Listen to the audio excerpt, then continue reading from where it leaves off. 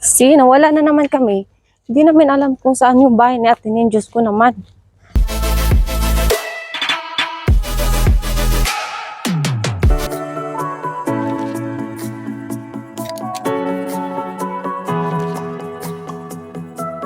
Hello mga miss! So for today's video, samahan nyo kaming pupunta, gagala sa aming mga tita. To Tita Nin. So ayan, at dito si Dodong Max. Nag-i-enjoy siyang kagatin yung phone ko ngayon. And yes, papunta pa lang kami doon. Tapos kanina pa sila, yung iba nandun na sila. So anyway, magpa-practice nga daw sila ng cultural dance dahil sa September 1 is may cultural show kami sa simbahan. So dahil audience lang naman ako, syempre, susupport natin. Ewan ko kung sasama ako sa pagsasayaw. Kasi that time is, my time is already 9 months. So maybe, hindi ko na kayanin. Charot. Yeah. So ganito yung aurahan natin for today. Bangs Paranto. Nagaganda na ako sa outfit niya today dahil nga bili ko yan para sa kanya. And yes, kita nyo naman sobrang pugi. Di ba? Mas lalo siyang pumupugi. Bagay sa kanya yung outfit. Pakita ko sa inyo mamaya. Hi, Max. Hello. Say hi. Say hi. Tell me it's 85. That's the straight that Atinin sent to me. 58. Number 58. I also forget which one in this house is here. Because I only went here once with them. And we went here by walking. So, taon akong ulit taong gamay. Nasige taon siyang tingin na ako. So yeah, Ate Nen, I'm sorry, nawawala kami. Hindi namin mahanap yung bahay mo. So, 58, where are you? Oh my God, lumabas na naman kami dito. Hindi ko alam kung tama ba to. Okay, papasok na naman kami ulit. Ibang street. Oh, I guess here. Yeah, exactly. Oh, I guess here. 58. Atinin. Atinin, where are you? Atinin, where are you? Nakakalito talaga yung mga bahay dito dahil puro na lang by number. Yung mga ganitong klaseng bahay, no? Confused. So, sana makita na namin kung saan yun banda dahil nakalimutan ko talaga. Once lang kasi ako nakapunta dito. Tapos kasama ko ng friend ko, naglalakad lang kami. So, medyo hindi ko rin matatandaan kung saan banda. 9! I think we can Maxi, no. park here. Yeah.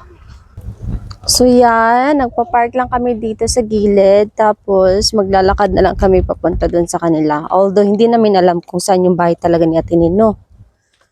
So yan, yung maliit namin, naglalakad din siya. Gustong-gusto niya talaga ipupush yung mga ganito. I think it's not here. Ang gaganda ng mga bahay, di ba? Uy! Nawala na naman kami. Hindi namin alam kung saan yung bahay ni Ate Nin. Diyos ko naman. Ang hirap hanapin na. Nalilito ako. Maybe we can ask where is the... Sa ilang minuto nga pag-ikot namin mga finally nahanap din namin yung bahay ni Ate Nin. So, akala ko naman hindi na namin makikita dahil nga sa nakakalito ng mga bahay dito dahil pari-pariho lang yung mga style. Naiinis na nga dito si Daddy Ralph dahil ibang number pala ng bahay yung binigay ko. Ito naman kasi si Tita Nin. Yung unang number pala binigay niya sa akin, mali pala yun. Tapos buti na lang chinik ko ulit yung messenger ko. So, ayun na nga. Kaya naman pala kami nawala kanina sa daan dahil nga nakakalito naman talaga yung mga daan dito at paikot-ikot na lang. At yun na nga, papasok na tayo sa bahay ni Ate Nin. So, nauna na nga pala sa loob si Max dahil sinalubong kami ni Ate Nin sa labas. So, here we are. So, latecomers nga pala kami dahil nga nagnapi pa si Daddy Ralph. So, hello everyone! So, sila nga pala yung churchmate ko na sila yung sasayaw sa cultural show na this coming September 1. Wrong timing nga yung pagdating namin dito mga may dahil kakarating pa lang namin sila, ipauwi na pala. Hindi ko na nga naabutan yung practice nilang sayaw mga may dahil nga nahuli kaming dumating. Pero carry na rin dahil may kita naman kami tomorrow dahil it's Sunday. Yes, look at that. Nandito kami sa garden. O, di ba? They have a nice place, right? They have a big garden area here and they can do karaoke. This is the favorite of being a Filipina. Maxi, who's that? Huh? Who's that? Yeah, thank you sa food ate. Daming luto ah. Siwian na nga sila dito mga mi at syempre kami kumain muna kami. Nagugutom na nga si Buntis lalo na yung pagkain mo ay barbecue. Naku, nakakatakam talaga yung ulam. Basta pagdating talaga sa barbecue mga mi, naku, ang sarap talaga kumain. Ang dami kong ang kanin na nilagay sa plato. Kahit pa siguro araw-arawin yung barbecue mga mi, hindi talaga ako magsasawa. At buti na lang talaga ay naglalaro na si Dudong Max doon para naman makakain ako ng maayos.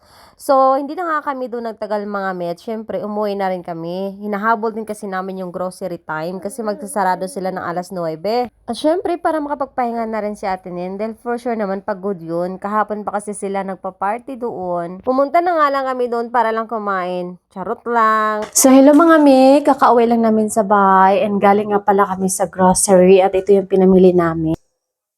Ito! Yeah, bumili din ako ng 2 pack nito na diaper ni Dodong Max. And ito rin.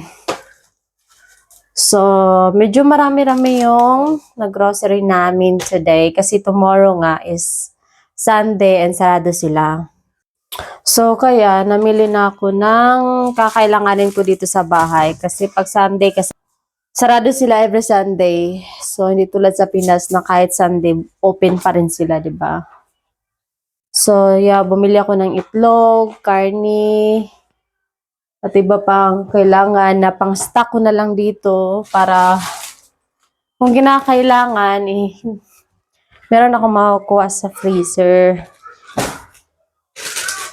So, ito, 2 diaper ni Dodong Max na number 6. Lagay natin sa kwarto niya.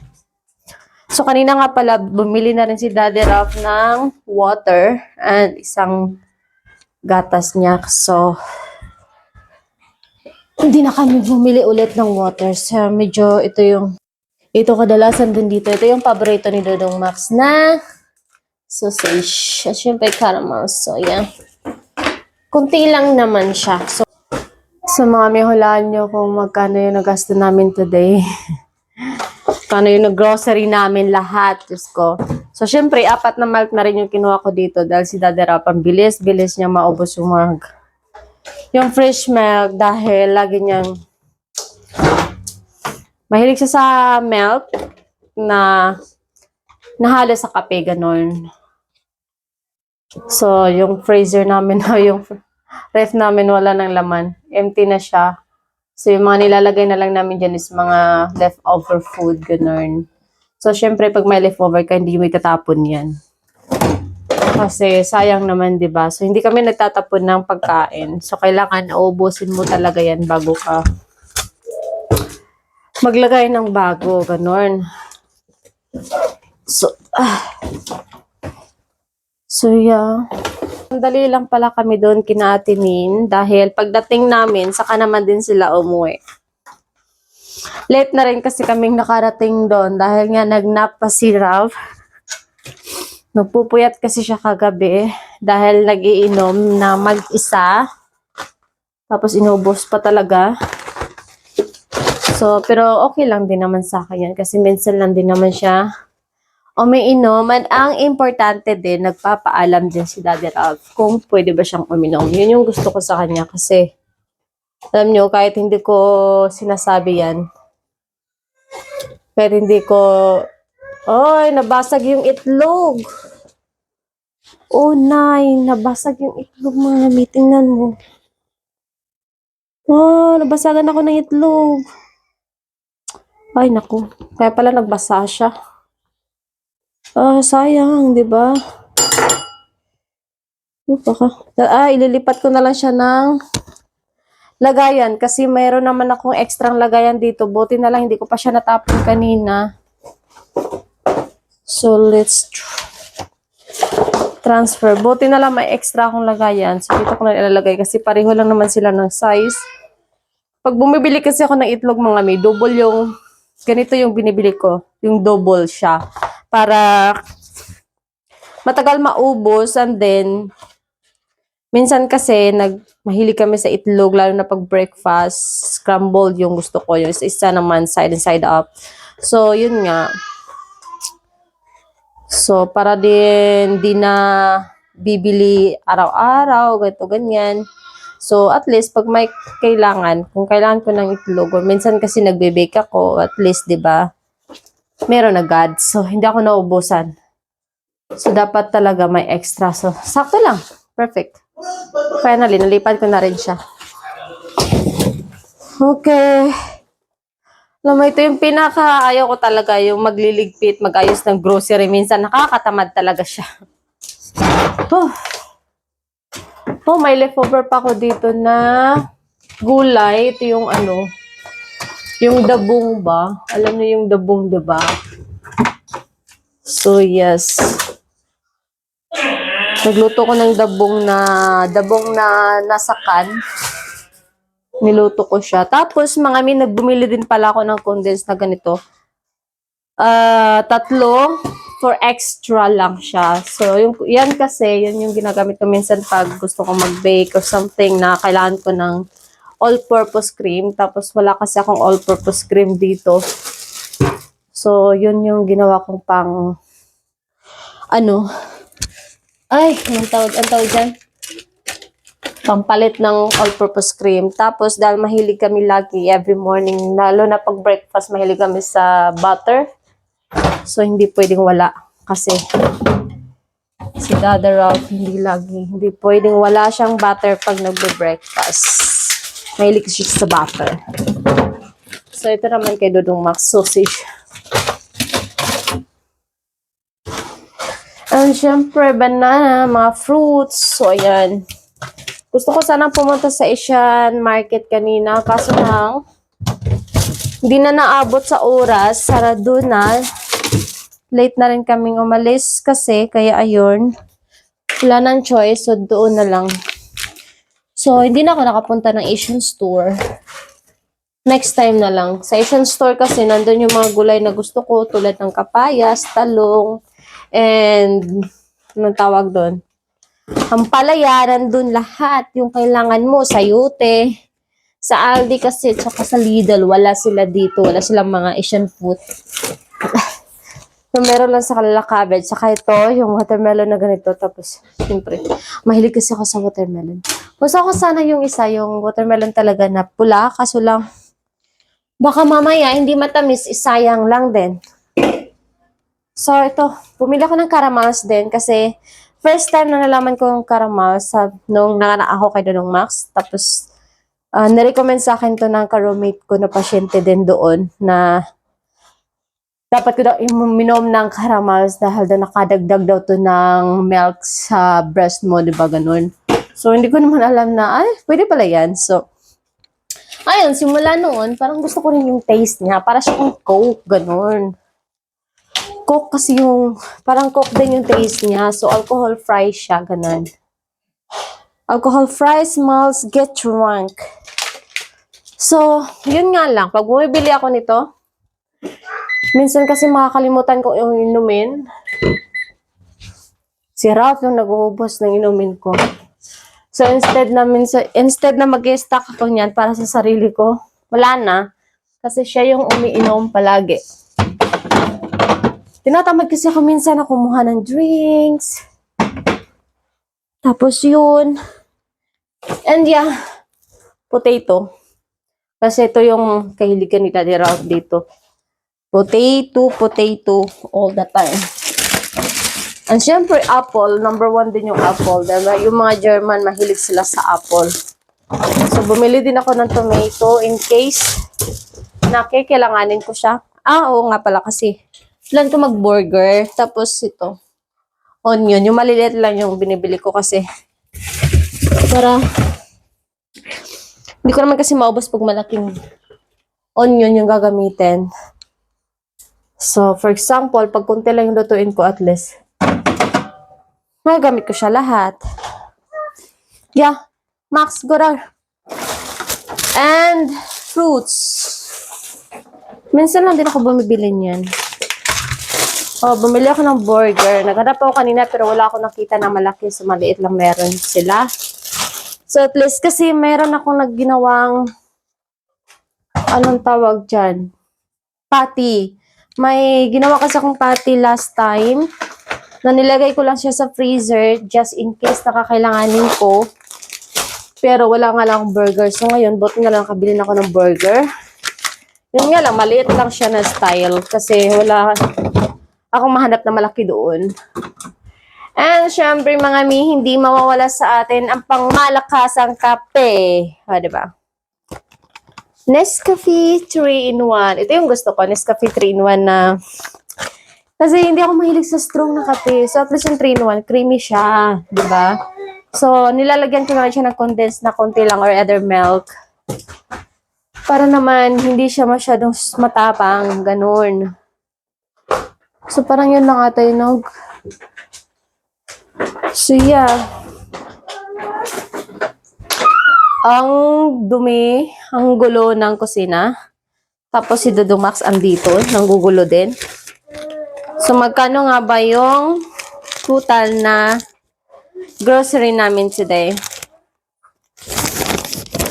Sobrang mahal ng mga bilihin dito, mga may. Alam niyo, sa totoo lang.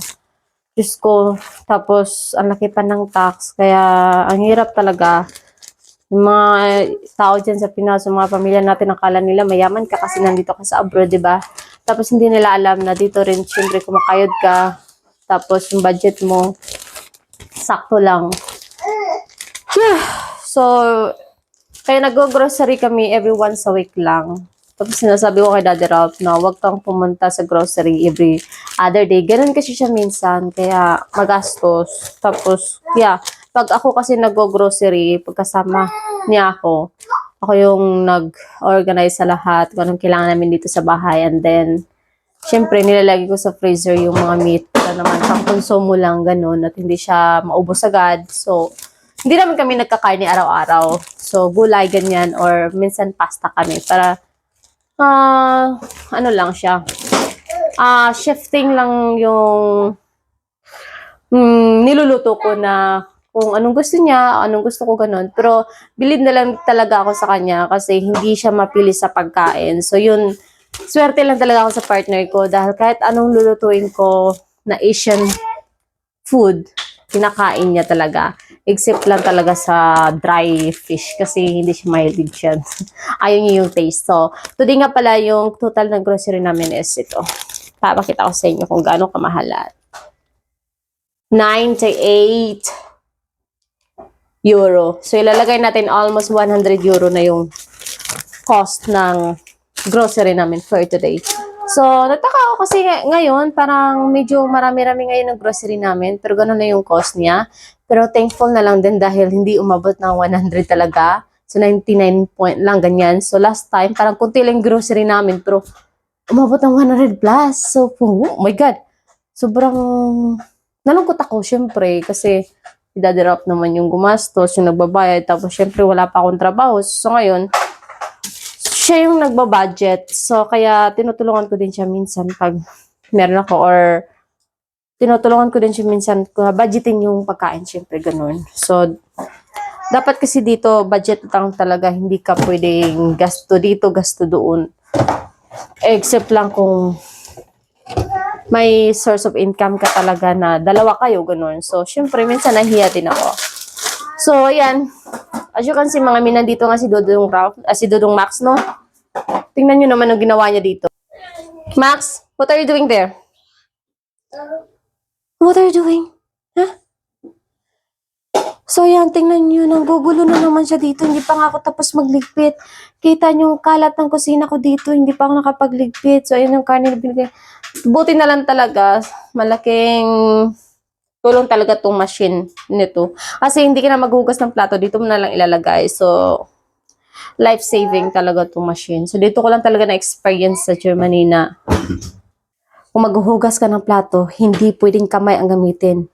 Machine na siya. Diba? High-tech sila dito, mga mi. High-tech. Mga mi, that's it for today's video. Please don't forget to like, share, and subscribe.